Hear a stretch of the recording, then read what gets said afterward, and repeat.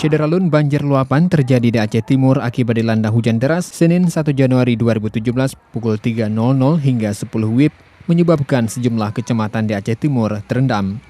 Dari Kecamatan Pedawa dilaporkan tinggi banjir di badan Jalan Nasional Medan Banda Aceh sekitar 50 cm. Sedangkan di pemukiman penduduk, banjir yang merendam rumah-rumah warga, sawah dan tambak mencapai 2 meter di sejumlah kampung.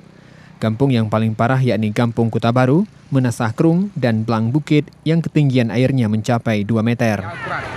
Jadi sampai sekarang tentang bantuan-bantuan pun kita tahu belum ada. Korban ada dilaporkan korban jiwa? Belum ada, kita dengar belum ada korban jiwa, termasuk yang sekarang sudah dibantu oleh tim SAR Aceh Timur yang ada di desa PA2.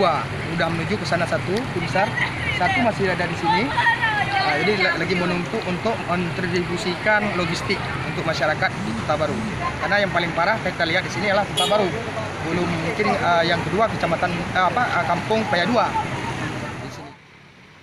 Kita sudah melakukan evakuasi terhadap warga yang memang rumahnya sudah tidak bisa dihuni lagi.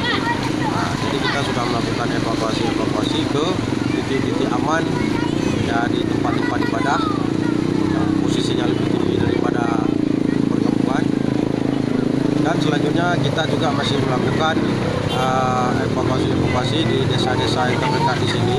Sekaligus kita juga akan membantu warga untuk sementara waktu antar jemput bawa logistik.